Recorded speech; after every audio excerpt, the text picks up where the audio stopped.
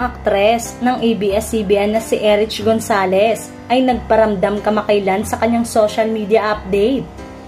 Nag-post siya ng larawan ng kanyang sarili sa kanyang official Facebook page ngayong araw.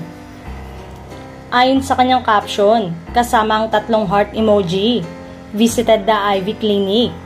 Bumaha naman ang comment section ng post ni Erich ang mga pagbati at komento na ito na ang hudyat nang magbabalik muli sa showbiz ang aktres. Siya na nga kaya ang post ng ABS-CBN na susunod na babalik at pipirma sa kapamilya.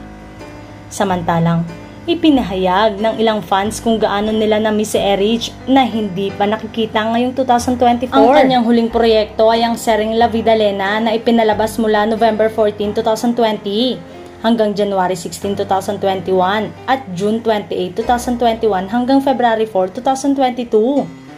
Ilang netizen ang nag-post ng hindi ka na namin nakita simula noong huling teleserye mo. Kung ikukumpara sa iba pang mga celebrity na nagpakasal, si Erich ay nagkaroon ng isang elegante ngunit low-key na kasal sa negosyanteng si Mateo Rafael Lorenzo.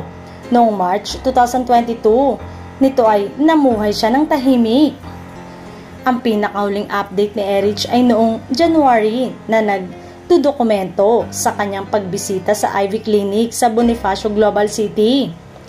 Kapansin-pansin ang mga taghanga ay nakakakuha ng higit pang mga social media update tungkol kay Erich mula sa aktibong Instagram account ng beauty clinic.